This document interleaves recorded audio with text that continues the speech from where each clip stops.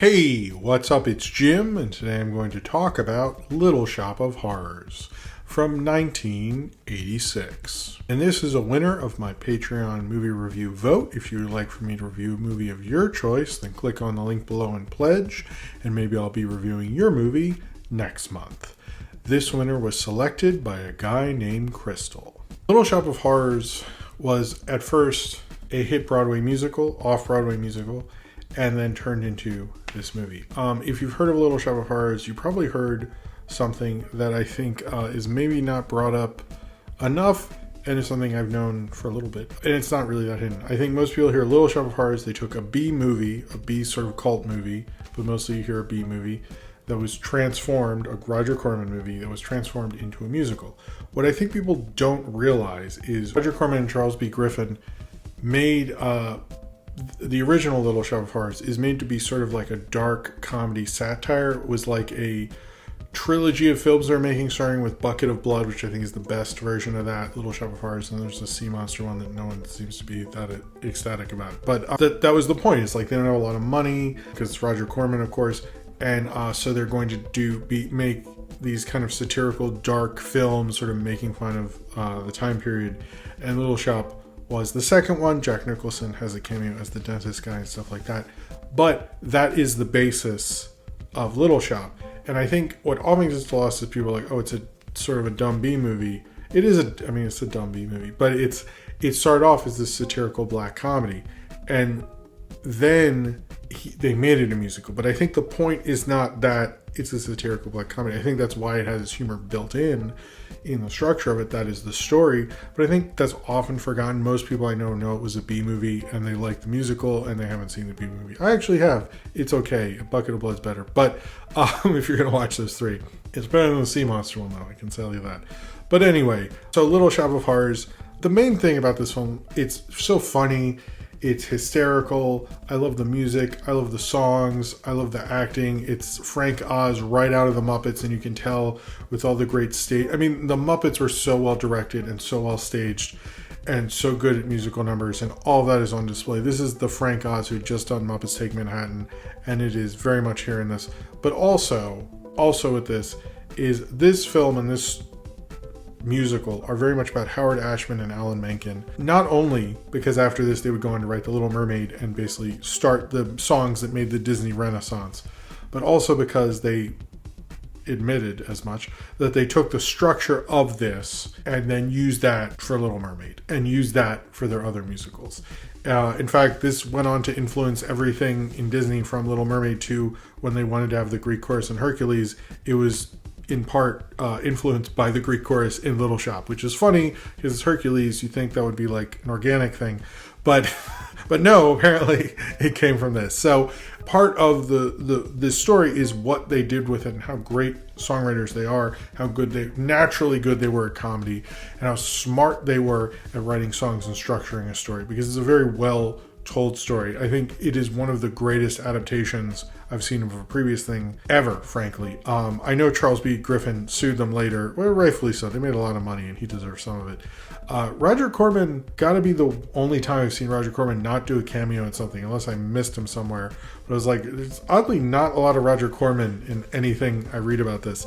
So I'm curious why that was. I don't know. Little Shop of Horrors is, of course, about Seymour, who's played by Rick Moranis. Works at Mushnick's flower shop with Audrey, a girl he really is in love with, and they don't know what to do, but he's always messing with like growing interesting plants and stuff, and he had found this interesting plant that he dubs the Audrey 2, haha cute, and so he brings out the plant and suddenly the business starts blowing up and stuff. Then the plant wants blood, and slowly the plant wants more blood and humans and all that stuff, and it gets worse and worse as their fame grows and grows, and the flower shop is doing better and better. I guess that's the plot of it. I don't know. This is a musical, and I can understand why people show it to their kids. I don't think my parents went, well, structurally this is just like Little Mermaid, Jim, so you should be totally into it.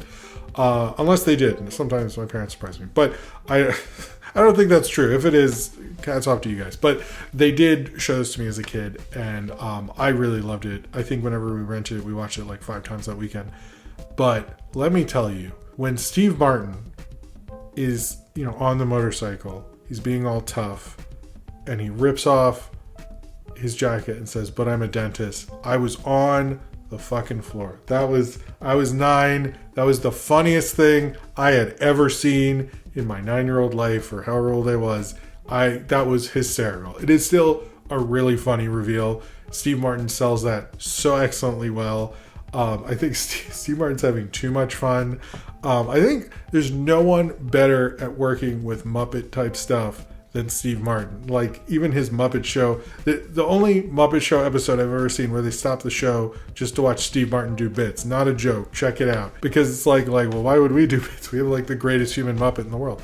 No, he is like so excellent at this. It is insane. I really like Steve Martin in this. But I have loved this when I was a kid. I thought it's just such an astounding piece. But and especially Rick Moranis is great, perfectly cast, as well as Ellen Greene. Oh my gosh, she is so good in this. Not only is she putting on like a weird voice and stuff, but like suddenly Seymour, she's like belting out. It's a stop. I was like, oh my god, how is this woman not? Why don't I see her in more stuff? Apparently they wanted Cyndi Lauper. I actually think that's not a bad choice, but she's one of the few people from the original production to make it, and I think she's amazing. And all the cameos from John Candy, just amazing as the radio host. Bill Murray's cameo. Christopher Guest is weird because it definitely confused me, and I thought in the original that was a celebrity. Like, everyone told me when I was a kid that was Nicholson, and Nicholson is who Bill Murray played in the original. But because Nicholson was just a Roger Corman guy back then. But I don't know. The Christopher Guest one is just weird because it's like Christopher Guest has such an anonymous kind of vibe about him. So it just like, that's one of the weirder ones. And Jim Belushi's, but we'll get to him. But I do think one of the big influences on this, and which really we still feel the influence of today, is the I Want song. Probably my least favorite because I'm like I grew up in suburbia. That's fine. I have no like ill will about it. I don't really want to go back though. It was interesting. I don't know if they say it in the movie, but apparently because Audrey's dreaming of like living in suburbia and having all these things, and it's interesting. The I Want song, which in Little Mermaid and all these things, its origins come in such a basic suburban idea, is really actually fascinating because it's so universal. This idea of like, my life sucks, I want all these things, like I want like a whole new world, I want to be where the people are, it still goes on in Disney movies today.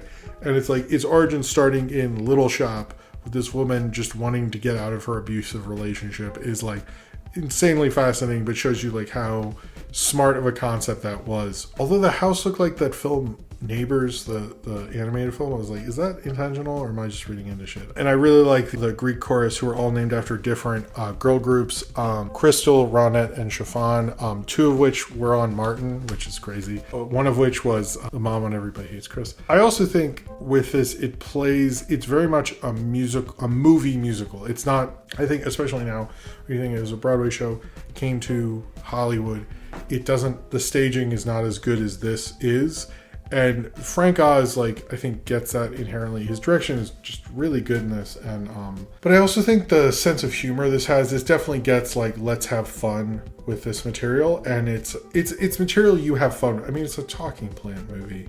You gotta have fun with that shit. I also think it's an interesting critique of capitalism and wanting to get out and everything like that, but I also think it is so highly universal. I think that's probably why they knew to use this structure, Howard Ashman especially, who I like the levels of camp. I always wish he had gotten to do something with John Waters. Howard Ashman's from Baltimore. I mean, he did a little bit with Little Mermaid, but that's as far as it really got, unfortunately. It's such a universal kind of thing, but it's so much fun. It's fun because you're like, someone's getting eaten. It doesn't feel too scary and weird. It doesn't feel, it's like you don't feel like alienated. This isn't like a proper scary horror film. You know what I mean? It's very much like the 50s, 60s Corman stuff wasn't too scary, wasn't too spooky. You weren't going to get alienated by that. That helps with it, but I don't know. It is a really captivating, fun movie. I definitely want to show my kids soon. And the 4 top singer as Audrey, and oh my goodness, the cast. I really like this movie. It is I know they added a song for an Oscar nomination, which they got visual effects and best song Oscar nomination. Visual effects, sure, they lost to Aliens, so rightfully so. The ending is interesting, and I think it brings up a lot of issues. They did restore it and make a director's cut, and I watched the new ending. Jim Belushi was cut because they originally had Paul Dooley as the guy who talks to Seymour and talks to him about, like, we're going to mass produce these plants, they're going to be everywhere and stuff like that. And then they get Jim Belushi. They couldn't get Paul Dooley again, so they got Jim Belushi. So Jim Belushi's actually a whole everything after Jim Belushi is a reshoot. I don't mind. I mean, the original, the ending that's in the director's cut is sort of closer to the ending of the musical, to be fair. I do think it's interesting that the musical as it is in the adjusted version is actually a little more like the Disney movies that they'd go on to use the structure for than the ending that they actually wrote for the theatrical thing. I don't know if they went, oh, but we should just do what Frank Oz did. I actually don't know that element of it, but it is a little fascinating.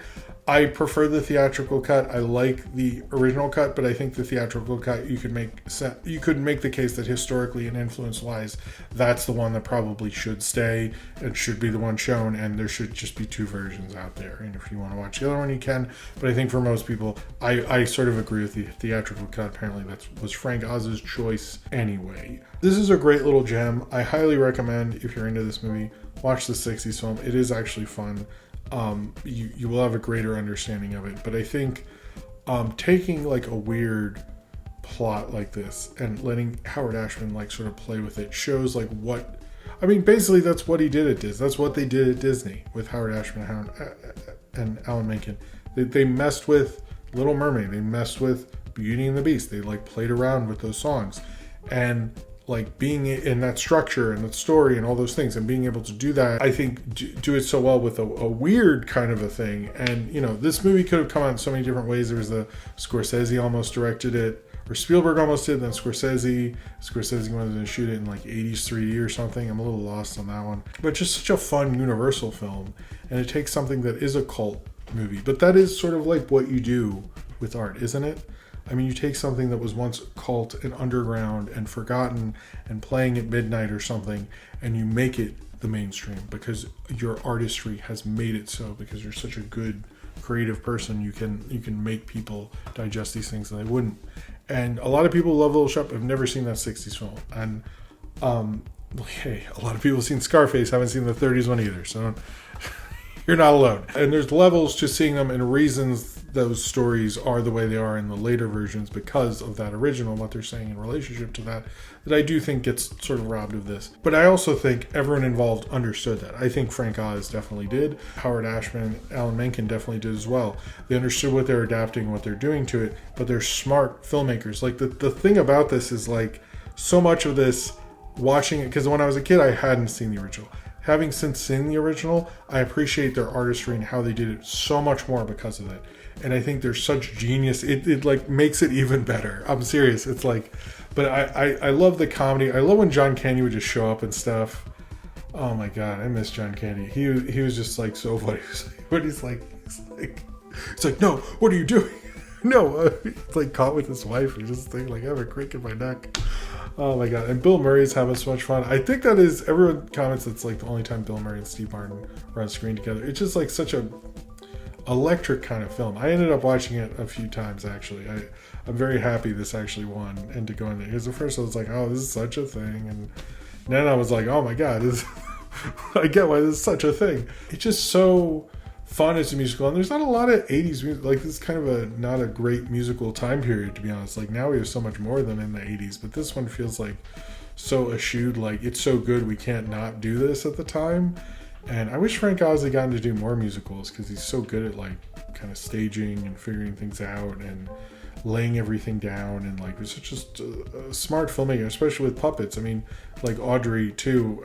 You have to have someone who knows how to film puppetry, and he helped do the Dark Crystal to Muppets Take Manhattan, and here he is again with Little Shop of Horrors. I really do love this movie. I think it's a wonderful film. Not only can you not really understand the Disney Renaissance and what happened with musicals in the 90s and forward without having seen this film, not only are you missing out on the beginning of Frank Oz as a solo filmmaker outside of Jim Henson, all of these things, not only are you missing a great Rick Moranis performance, not only are you understanding the influence of Roger Corman, which is far wider than this film in terms of like we wouldn't have Scorsese, I mean actually it makes sense that Scorsese, because he's a Corman guy. What the fuck, why didn't they do that? God damn. But This is, he started with Corman. This is beyond that because it's so good. Because everything, like, you don't need to know all this to love Little Shop of Horrors. But if you do know all that, it's even better. It's even more wonderful. It's wonderful that they did this. It's wonderful they came alive. It's wonderful they looked at Roger Corman in probably one of his most celebrated periods, which is the kind of Dark Bucket of Blood, still is well liked, and the original Little Shop kind of gets overshadowed now, but it's still pretty good. And I think it says something about these creative filmmakers that they were able to make something so wonderful out of something that was already pretty interesting, but adapt it in such a way to give birth to so much more than we possibly could have imagined from a silly little movie like Little Shop. I think there's a reason we still talk about Howard Ashman. We still think of Frank Oz. You know, I mean, we should have known when Yoda and Miss Piggy were directing a movie that it's going to come out pretty good. So, just a wonderful film made from a lot of wonderful people, and something I need to watch more often. I think watching it this time, I was like, you know, I need to experience this more. Regardless of all the influences, all this film shit I'm talking about, this is a really fun movie, and one of the most fun, good times that I think I've ever seen in my life, and something that I'm always happy to experience again. So if you have seen Little Shop of Horrors and you would like to talk about it, then comment below in the comments and subscribe if you would like to. And this was a winner of the Patreon movie review vote. If you would like for me to review a movie of your choice, then click on the link below and pledge, and maybe I'll be reviewing your movie next month. Thank you very much for watching.